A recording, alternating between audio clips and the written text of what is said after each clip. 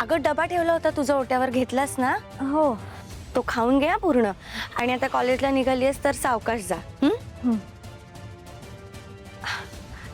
अगं ते केदारची तब्येत बरी नाहीये काल रात्रीपासून, म्हणून त्याला डबा द्यायला आले होते मी. ओके. तू निघ आणि सावकाश जा आणि लवकर ये. चल सावकाश जा ग. हो.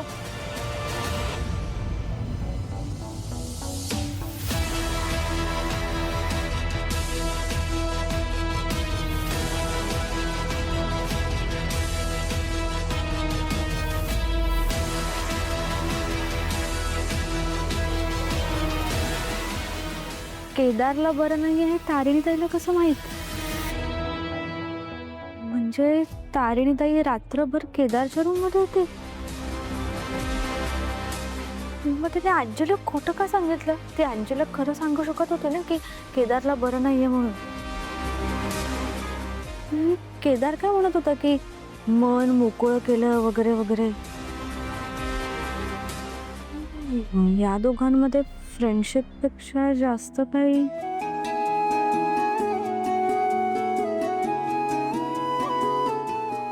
आजूला सांगायला पाहिजे.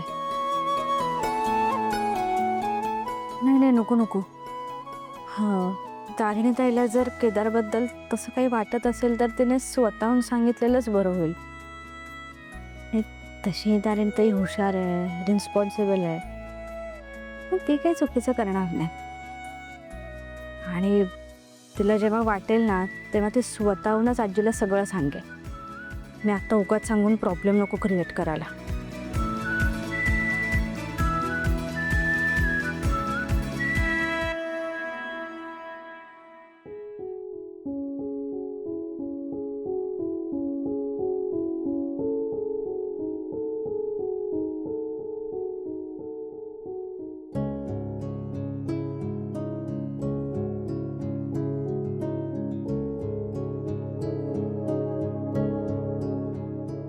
आपण सत्य शोधण्यासाठी किती प्रयत्न करत असतो ना.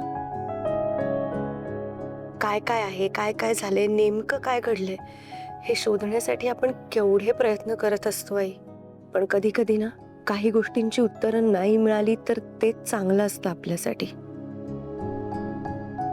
उत्तरं मिळण्यापेक्षा अंधारात जगणं जास्त सोपं असतं.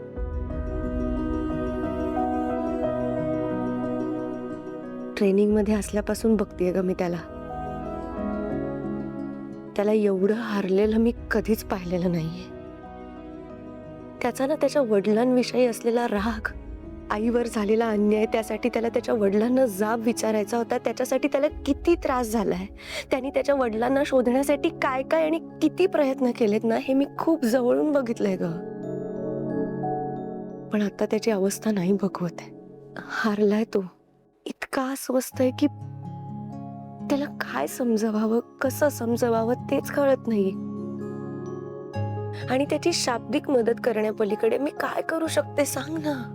मी आहे त्याच्या सोबत आणि कायम असणार आहे. मी त्याला इतकं सहजासहजी एकट्याला नाही सोडणार. पण ही परिस्थिती पण अशी आहे ना की मी त्याला कशी मदत करू हेच कळत नाहीये मला. खरं सांगायचं तर ही परिस्थिती स्वीकारणं आणि त्याच्यासोबत जगायला शिकणं एवढंच काय ते त्याच्या हातात आहे. आणि ते त्यांनी करायलाच पाहिजे.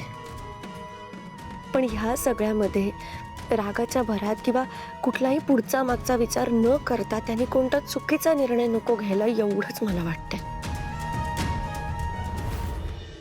तारिणी,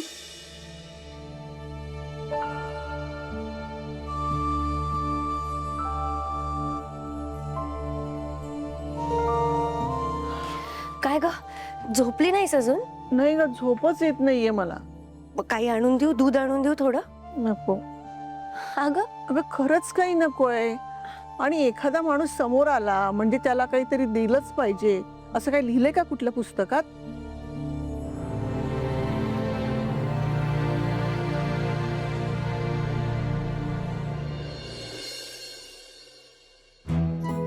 काय काय काय झालं?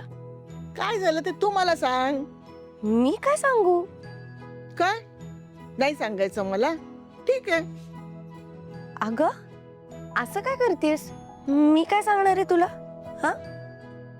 तू ना माझ्यापासून काहीतरी लपवतेस.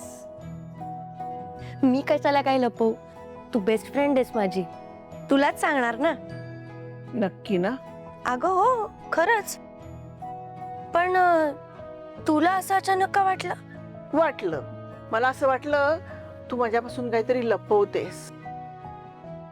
तुला मला काहीतरी सांगायचंय, पण ते सांगण्याचा तुला धीर होत नाही, घाबरतेस. नाही, असं काहीही नाहीये. नाहीये? एक सांगू का तुला? माणसानं ना मनात काही लपवून ठेवू नये, ते सांगून टाकावं. म्हणजे कसं हलकं व्हायला होतं. म्हणजे काही समोर प्रॉब्लेम आला तर सोडवता येतो. एखादी अडचण आली तर त्यातनं मार्ग काढता येतो. अगं हो सुमी, माहितीये मला. तू का असं बोलतेस अचानक? कारण तुम्ही आजकालची मुलं आहेत ना, माणसांमध्ये वावरता पण तुमचं सगळं लक्ष त्या मोबाईल मध्ये असतं. म्हणजे एकमेकांशी संवादच साधत नाही तुम्ही लोक. अशाने काय होतं माहितीये का? मनातल्या विचारांचं ओझं होतं जड. ते फक्त मनावरच नाही ग, शरीरावर पण परिणाम करतं. सुमी, मला हे सगळं माहितीये आणि काळजी करू नकोस. असं जर काही झालं तर सगळ्यात पहिल्यांदा तुलाच येऊन सांगेन, प्रॉमिस. मोठी. बर मला सांग, माझा धनुष कुठे आलाय ना तो? हो. मग मला दिसला कसा नाही? अगं आलाय ना, खोलीतच असेल त्याच्या. खरंच खूप चांगला मुलगा आहे हा तो. अगदी लाघवी, म्हणजे समोरच्याला लगेच आपलंसं करणारा. इतकी सवय झाली आहे ना त्याची. एक दिवस जरी दिसला नाही ना तरी अगदी चुकल्यासारखं वाटतं बघ. भाडेकरी म्हणून आला पण माझ्या कुटुंबातलाच होऊन गेला. बरोबर आहे, तुझा लाडका धनुष. जा भेटून ये त्याला, नाही तर तुला चुकल्यासारखं वाटेल. ते आपलं असंच गंमत. पण खरंच सांगते, जर मला एखादा नातू असला असता ना तर तो अगदी केदार सारखा असायला हवा होता. अगदी गोड, समंजस, समजूतदार. लाखात असा मुलगा शोधून सापडायचा नाही.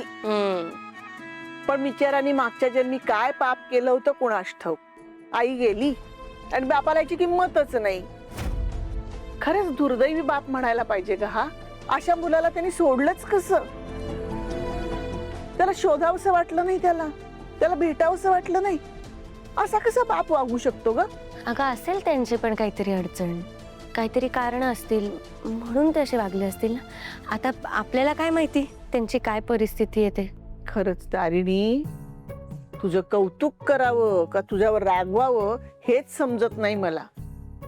कुणी चुकलं तरी सुद्धा त्याला समजून घेण्याचा तू प्रयत्न करत असतेस. अगं अशानं कसं होणार तुझं? दुनिया बदलली बे आता. हा, जरा खमकी हो माझ्यासारखी. हा, समोरच्याची चूक त्याला दाखवायला शिक.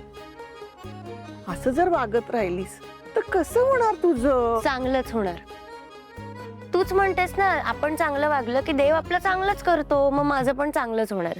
काळजी नको करूस. धन्य आहे तुझ्या पुढं बोलायचं म्हटलं ना की नको, तो विषयच नको. मला सांग, माझा धनुष कुठे? त्याला भेटायला जाते मी. चल जा.